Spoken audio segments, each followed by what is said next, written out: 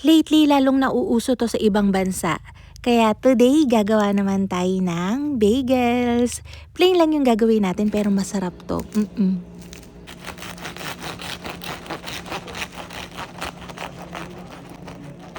Medyo mababa yung hydration ng dough na to. Kaya pag ganun, para hindi mahirapan yung mga mixer natin, syempre mabigat yung dough, matigas yung dough, tapos matagal siyang magmi-mix, nag-a-apply ako ng autolysis method. So, autolysis method, ganito yan. Paghahaluin mo lang yung liquid mo dun sa flour, kung baga sa paglalaba, ibababad mo yung damit sa tubig para lumambot. Para hindi ka na mahirapang maglaba. Pero sa bread making naman, kapag ka kasi ang flour mo ay nabasa na, unti-unti nang nafo-form yung gluten. Pinakamalaking protein sa mga wheat ay yung glutenin and gliadin. Kapag ka nabasa yun or nababad yun, unti-unti nang nafo-form yung gluten bands. Para hindi na mahirapan yung mixer natin, syempre matigas yung dough, mabigat siya, so hindi na masyadong tatagal yung pagmimix natin. Pwede nyo rin tong gamitin kapag ka nag-hand knead kayo, hindi na kayo mahihirapang magmasa. So ang ginawa lang natin dito, yung 500 grams ng bread flour, Cotita flour ng Filmico yung ginagamit ko, and 250 grams ng water, hinalo ko lang yon hanggang sa wala nang natitirang dry na flour. Tapos, tinakpan ko, binabad ko for 30 minutes. Pwede pang tumagal. Minsan, pwede mag 3 hours, oo. Kung napanood nyo sa video kanina, pagka in-stretch natin yung dough, napupunit na kagad siya. Unlike nung na-rest na natin siya for 30 minutes. Then, tsaka ko lang pinaghalo-halo yung ibang ingredients. Pinasok ko sa mixer hanggang maging ganito siya kakinis. Okay? Or kaya masahin nyo hanggang maging ganyan kakinis. Pero mas maganda talaga yung may mixer. Napapakinis nyo talaga siya ng ganyan. Then, i-rest naman natin to for 40 minutes to 1 hour. Okay? Then, after 40 minutes to 1 hour, ito, inabot ako ng 1 hour, kasi medyo malamig-lamig ngayon. Ayan, ipoportion na natin yan. Pwede kong yung mas lakihan pa, pwede nyo pang mas liitan. Okay? Yung size ko is 80 grams each. Then, i-rest naman natin to, syempre, laging covered for 10 to 15 minutes. Then, tsaka natin siya ipoporma na. So, maraming paraan para iporma tong bagels. Pwedeng bilugin mo na lang siya, then butasan mo sa gitna. Pero, mas maganda tong ganitong pagpoporma kasi sobrang tight. Oo, kapag na-bake siya, bilog na bilog talaga. So, ang ganyan, pinapalapad ko yan ng ganyan, at least 15 to 16 cm yung lapad. Pwede nyo pang mas lapadan kung gusto nyo medyo mas malalaki yung butas. Aya ako ng malalaking butas, kaya gusto ko'y virgin.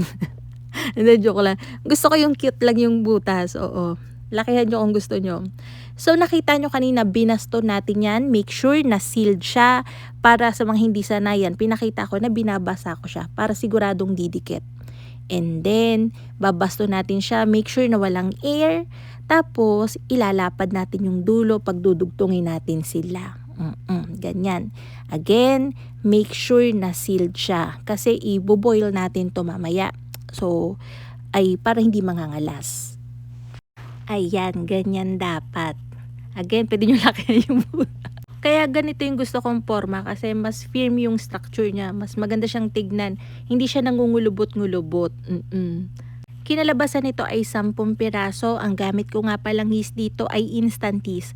Permifan 2-in-1 yung lagi kong ginagamit para sa mga breads ko. So, ayan, tiniray na natin yan, tinakpan natin, i-rest natin to for 30 minutes. Habang nagpo-proof tayo, gagawa na tayo ng ating brine. So, dito, pwede nyong i-adjust. Ang ginagamit ko dito ay 2,000 grams ng water, 3% ng lihiya, so 60 grams. Pwede rin kayong gumamit ng baking soda. Pwede nyo ring taasan yung ratio ng ating lihiya or baking soda. Kaya lang, ako ng medyo mapakla. So, hanggang 3% lang ako. Then, naglagay ako dyan ng 6 grams ng salt. Then, dapat ang ilalagay ko dyan ay 3% din ng molasses. Kaya lang, ubos na yung molasses ko. Puwedeng, sugar na lang kung walang molasses, pero kasi nga sabi ko nga kanina, mababa lang yung ratio ko nung lihiya natin. So, para mas maganda yung color niya, mas dark siya, yan, nakakatulong din yung molasses maliban sa pagbibigay ng flavor. So, nakita nyo, sinet ko yung aking timer ng 1 minute. Sa ibabaw, 1 minute yung time nyo habang nakalubog siya. Sa kabilang side, 30 seconds na lang.